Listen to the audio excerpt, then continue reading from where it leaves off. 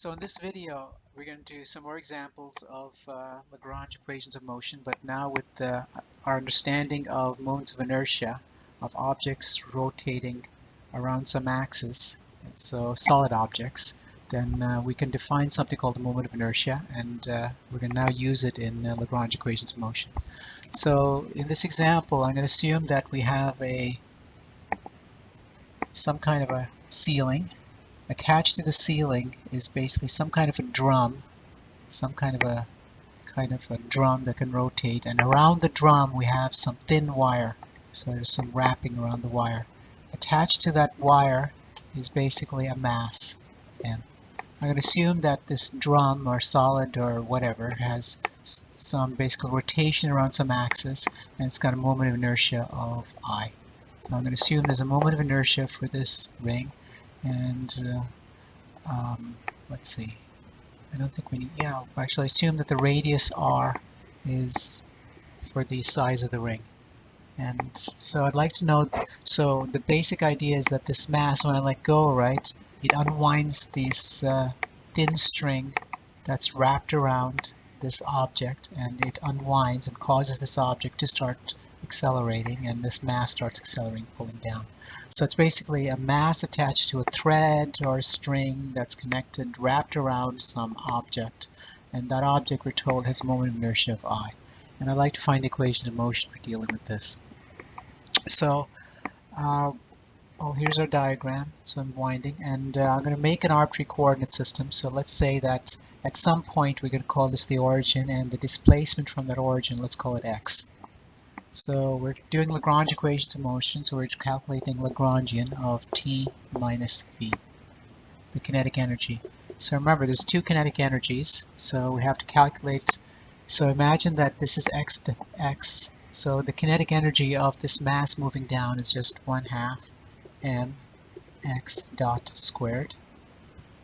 But remember that there's kinetic energy in the rotation of this object rotating around the center, and so that's going to be 1/2 I omega squared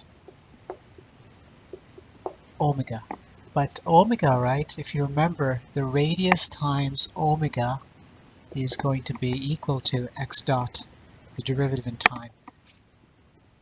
I'm sorry, I put a little dot there, and I want you to put, so this is the angular frequencies given by, so if this is pulled down x dot, the derivative in time, right, then the angular frequency, this is the velocity at the edge, is given by r omega. So omega is x dot over r. So this is really x dot over r squared, 1/2 I omega squared. So that's the total kinetic energy of the system. And minus, after this drops, right, we're expecting the potential energy to have been reduced by negative mgx. So it's minus mgx. So this is t minus v. We can kind of convert this into a simpler form. So we'll write this as 1/2 m plus I over r squared x dot squared plus mgx. And that's your Lagrangian. Okay, so we have the Lagrangian, and we can start now. Remember, the Lagrange equations of motion, just to remind you, is given by the derivative of time of the Lagrangian with some generalized coordinate minus the Lagrangian with respect to QA, and that's equal to 0. So this is the Lagrange equations of motion. So, of course, there's only one degree of freedom in this equation, Lagrangian, so we're expecting one differential equation because there's only one generalized coordinate we have to deal with. So let's go through the process of calculating the partial of L with respect to x dot. So we can see that that's equal to m plus the moment of inertia over r squared times x dot, 2 came down, cancels the 1/2, and then we can take the derivative. So I'm trying to calculate this term, and now I'm going to calculate this term with dt, and that's equal to just m plus I over r squared x double dot. So we're getting the second derivative in x. And now we can calculate the partial of L with respect to x. And that's just mg. So the difference between this term and this term, right, is the actual equations of motion. So we're expecting m plus I over r squared x double dot and minus mg is equal to 0. So you can actually see that our acceleration, right, is of the system. So anyway, this is the equations of motion, so I won't try to reduce them in any way yet, but I will reduce them here. So this box, right, is the equations of motion, or the Lagrange equations of motion. Lagrange equation, or Lagrange-Euler equations of motion. So we can solving this differential equation gives us the full motion, right, of what the system is undergoing. So I'm not going to actually solve these integrals again, these differential equations, because that's not the point. The point in doing these calculations is that we can actually take a system and construct the differential equation of motion very mechanically and quickly. So we don't waste time, we don't have to work with Newtonian forces, internal forces, and balancing out forces. Basically, we just have an equations of motions we can deal and or do theoretical work with. And if this example, if you kind of remember, I did a video earlier, actually, very recently. So we know that a thin ring, right, that's rotating around this axis had a moment inertia of mr squared. So if it's got a mass m and it's got a distance r, and if it's a solid disk, we have a moment of inertia of equal to 1/2 mr squared. So if we know it's a solid disk, I can use this value of I, plug into this equation, and so we'll get one equation, and the second equation is for a thin ring. So if you know this happens to be a thin ring with mass m and radius r, then I can use this equation. So based on the value of I can say something about how fast things are rotating, so are being pulled down. So for example, let's do the example when, so I don't need this, you already calculated this, so let's do two examples. One is a thin ring. So the question is, how fast, what is the fastest rate the mass can fall down? Is it going to be with the thin ring, or is it going to be with the thick ring, the solid ring? So assuming inertia. So let's try it with the thin ring. So in the thin ring,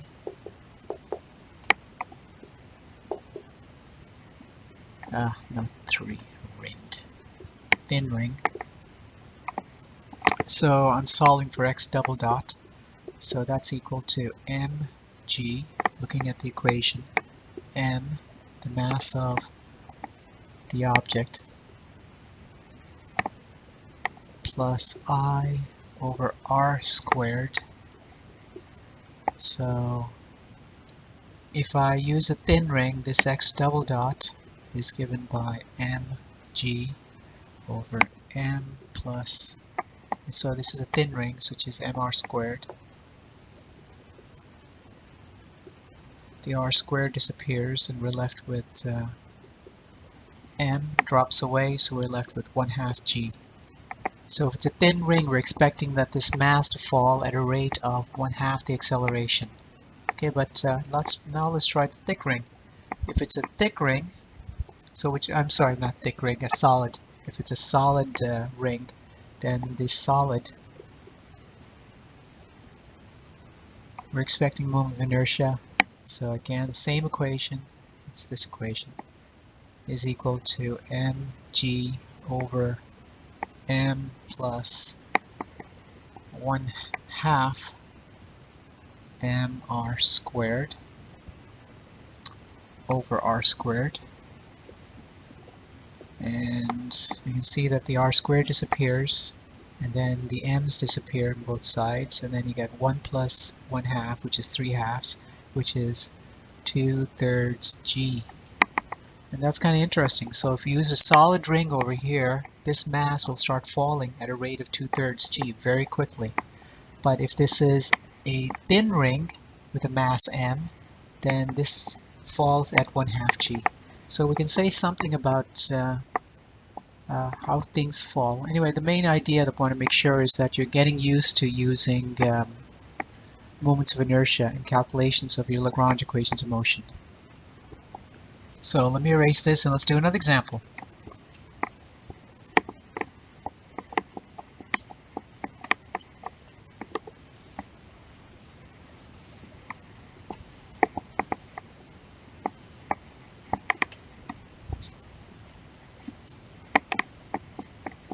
So this is a common example like where we have an incline.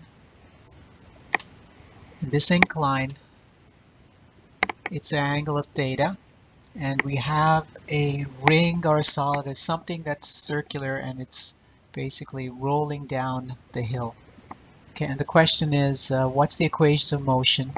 We're told that this object has a mass m, it's got a radius r, but it could be a thin ring, it could be a solid ring, so I'll just say it's got a moment of inertia of I.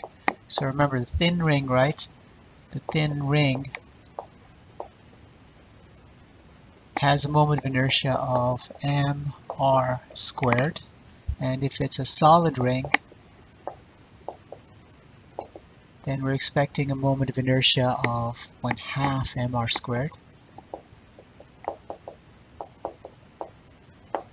And the question is, which of these objects, the thin ring or solid ring, reaches the ground? So I'm going to again do Lagrange equations of motion. But what's really interesting about this, right, is that if you remember, I said that the kinetic energy of a system, right, is of some kind of a system, is always equal to the kinetic energy of the center of mass plus the kinetic energy of thing rotating around the center of mass.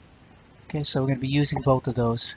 So to help us do this calculation, right, I'm going to assume that there's a point, that we'll call this a point in space, and the displacement down the slope, right, is going to be x. Okay, and so we're going to calculate. So I'm going to use Lagrange equations of motion, so we can try our Lagrangian. So the center of mass motion is the first kinetic energy, and we know that's going to be really just, so it's got a mass m, so this is going to be 1/2 m times x dot squared. Okay, and then that's the center of mass, but the center of mass, around the center of mass, these objects are rotating around the central axis that's coming out of the board, and so we're expecting this to be 1/2 I omega squared. But you have to remember that omega, just a little side note, that r omega is equal to x dot. So around the center, right, if this thing is rolling down a center of x and this is stationary relative to the ground, it's not slipping, then we expect that x omega is equal to x dot over r. Okay, so my Lagrangian, right, is going to be just 1/2 I omega squared, which is x dot over r squared. Okay, so after it drops down a certain value of x, right, what's my change in potential energy? So this is the t portion. Now we're going to do the v, potential energy drop. So if it drops, right, we know that the potential energy is dropped by minus mgx because we're going down. So it's mg. But remember, the height difference between those 2 points in the center, right, is going to be equal to this angle theta and this angle theta are exactly the same. So we're expecting this element to be x sine of theta, right? So this should be the height, mgh, is x sine of theta, and make sure you put a minus in here. So this is our Lagrangian, and I don't want to write this over again. And lucky for us, we have a marker that I can just erase quickly and just put in the correct one, which is now plus. Minus minus becomes plus, and I don't need this extra parentheses right here. So again, we're going to start the analysis by, and let me reduce this a little bit so that we don't have to waste time doing calculations. So this is really mass plus I over r squared times x dot squared. So let's reduce this, plus mg, I'll put the sine theta first, times x is equal to, so the full Lagrangian. So again, we're now doing Lagrange equations of motion, so we just have to calculate, yeah, just in case, just to remind you what the Lagrange equations of motion are. It's the derivative of the partial of qa dot minus the partial of q A, and that's equal to 0. So let's go and calculate the partial of the Lagrangian with respect to x dot. So we're getting one differential equation of motion. Okay, so it'll be a second order differential equation of motion, x dot. So this will be m plus I over r squared x dot. And the line here and say the derivative of the partial of x dot is equal to m plus I over r squared x double dot.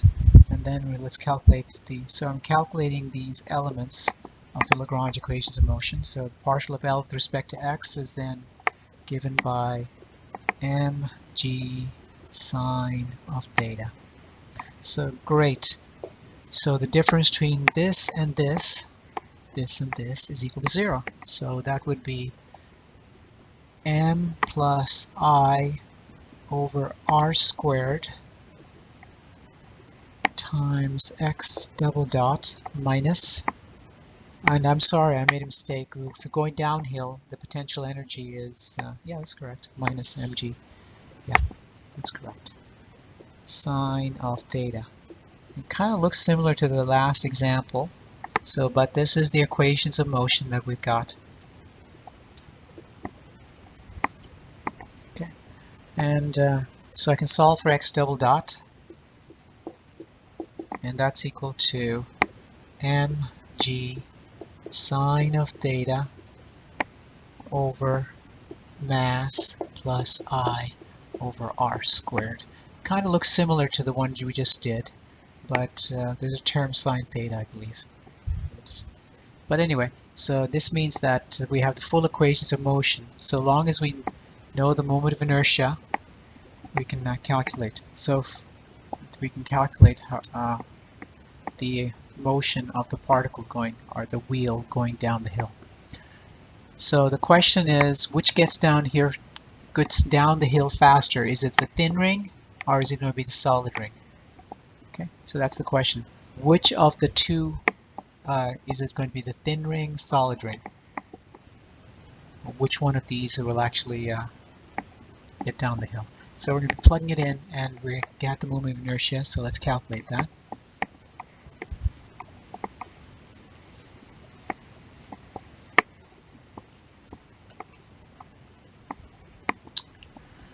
Okay, so for the thin ring,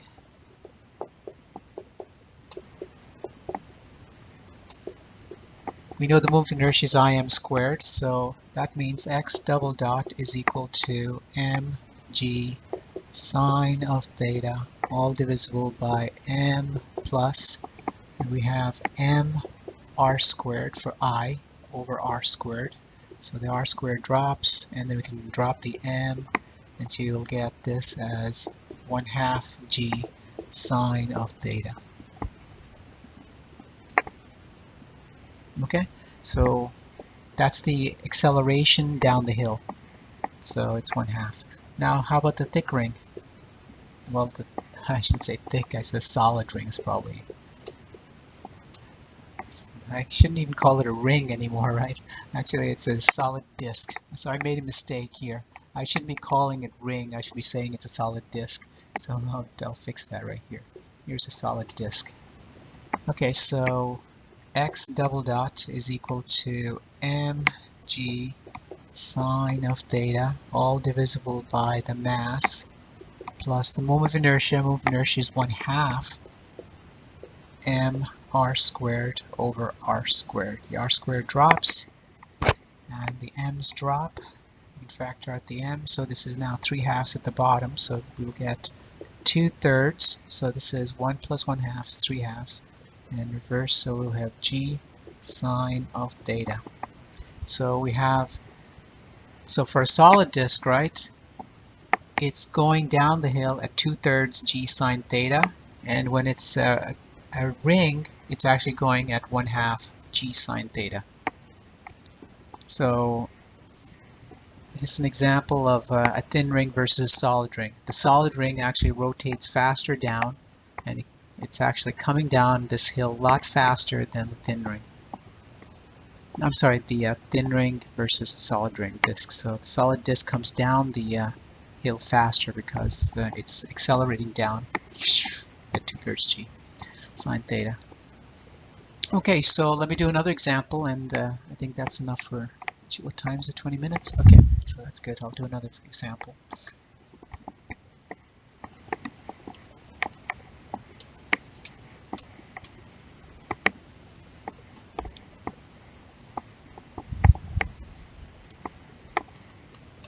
And we also know potential energy for a spring, so in the next example, right? So imagine that we have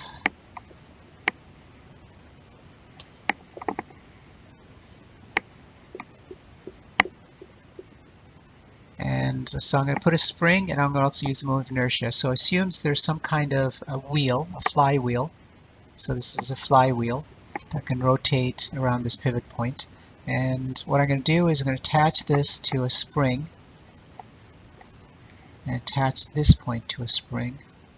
And so the idea is that this object, whatever it is, it could be a thin ring or it could be a solid disk, it's got a moment of inertia of I. We're told that the spring constant is a spring constant of K.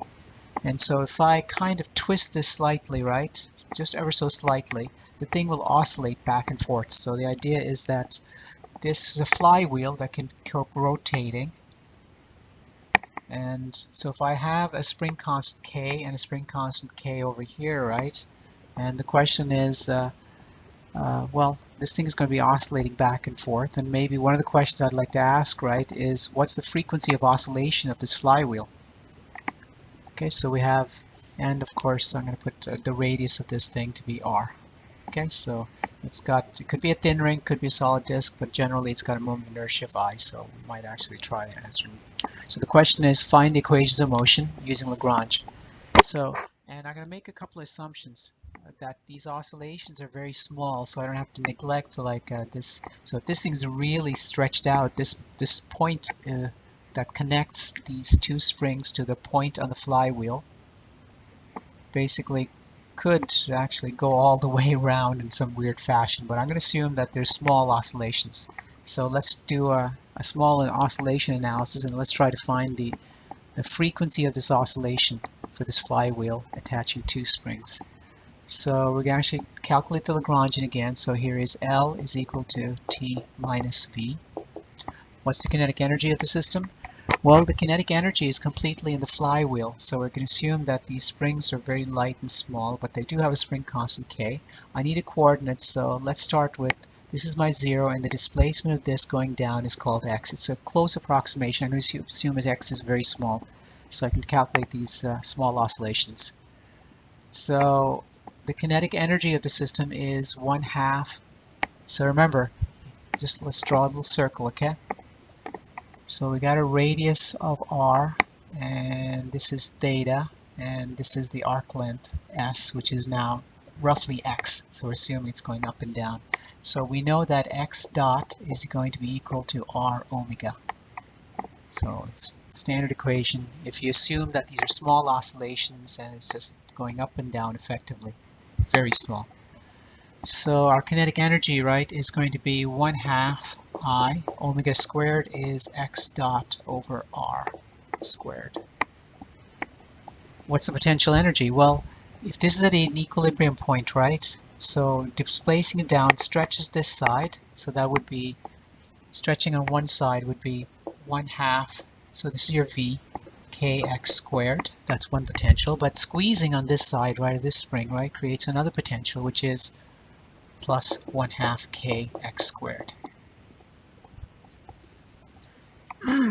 So our Lagrangian, right, is given by 1/2 I over r squared x dot squared.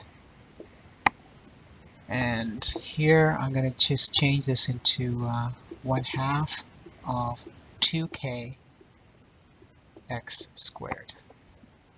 And this is our Lagrangian. Notice we could actually, so even though it looks like a complicated system, right, and we can actually write the Lagrangian very quickly.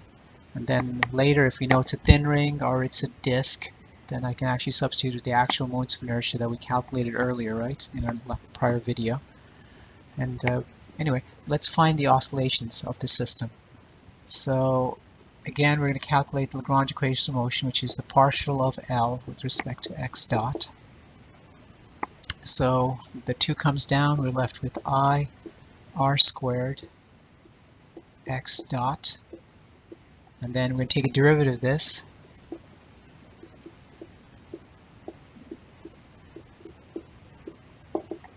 So it's I over r squared times x double dot. And then we're going to calculate L with respect to x. And I left the 2k in there just for this purpose, right? So that when I bring it down, so we'll get minus out of here. So this will be a minus 2k x. Okay. So I left the 1/2 in there just specifically so I could take out the 2 and cancel out here. So the full equations of motion is basically x double dot this minus this, which means that it's I over r squared x double dot, and minus minus becomes 2kx is equal to 0. And we can convert this into a standard form. I'm going to multiply by r squared divided by I. So this becomes, so this is the equations of motion for Lagrange. I'm going to multiply by r squared and divide by I. And so we're left with plus 2k r squared over I times x is equal to 0.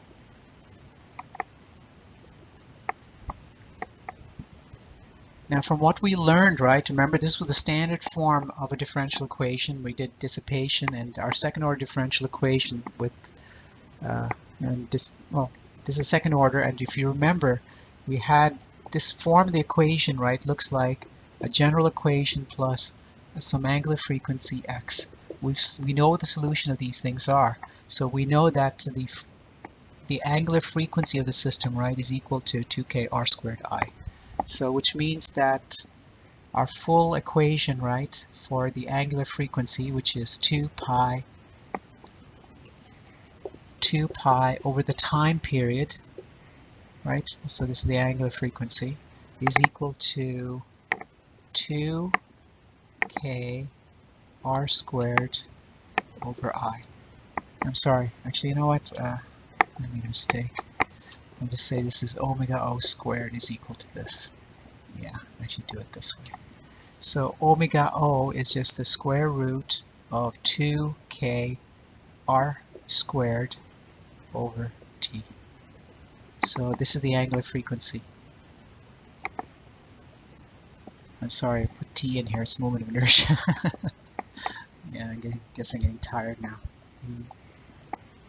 Yeah, I think this will be the last video tonight. Anyway, omega O is equal to square root of 2k r squared over I.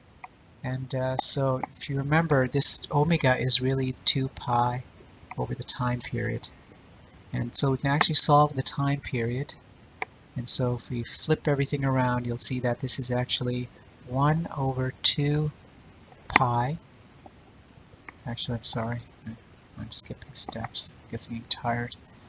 2 pi square root of 2 of the moment of inertia, I, over 2k r squared. This is the time period for the oscillation.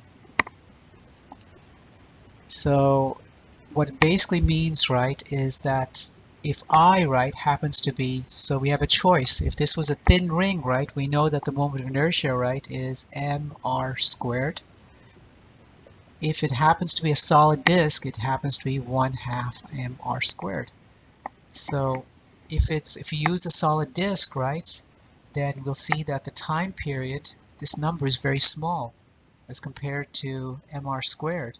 So there'll be a factor of the, well, effectively a factor of square root of 1/2 is in here. So effectively what you're saying is that when you use a thin ring, it oscillates much slower than a solid disk, which oscillates faster. So anyway, I'm actually not going to substitute these things in because the r squared does, actually let me put it in anyway just to make sure you understand. Yeah, I think maybe I should. Yeah. So what it means is if I have a thin ring, the time period is going to be 2 pi times the square root of I, which is mr squared over 2k r squared. R squared disappears, and so we're left with 2 pi square root of the mass divisible by 2k. And I could pull out the factor, but it doesn't really matter about that. But what's really interesting about this calculation is that this flywheel radius, right, doesn't seem to affect the time period. It only matters on the mass of the flywheel and the spring constant. So that's kind of really interesting. So I could pull out this and just pull out the 2 and put it inside here 4 and say 2m over k, but I'm not going to bother. This is just extra calculation. And if it's a solid disk, so we have 1/2 extra next to the m, so we'll get the time period is equal to 2 pi square root of 1/2 m over 2k. And that's actually 1 over 4, and this factors out, but I'm not going to bother. But the main idea, again, is that the time period, so we can reduce these numbers, and that's not really important. The main idea that I want you to understand is that the solid disk, right, basically the oscillations are faster because the time period is smaller. The oscillations are faster. Versus a thin disk, which is the oscillations are much slower because the time period is much longer. Anyway, I think that's enough for examples for getting used to a mix of moments of inertia, and here's a mix of like putting springs together, and so we've used a potential. So just a summary, we're using ideas that the kinetic energy of the center of mass motion, if you want, or prime coordinate system is 1/2 I omega squared. We also did an example of a spring. Remember, the extra potential energy is 1/2 kx squared in that form. And so we're mixing moments of inertia of rings and springs together, and these examples of Lagrange equations of motion. But anyway, these problems are supposed to be quick. Most of the problems is you can write the Lagrangian very, very quickly, and that's the power of using Lagrange equations of motion. You don't worry about internal forces, you don't worry about anyway, all the internal forces they disappear completely. Anyway, so these are 3 examples of using Lagrange equations with something with moments of inertia.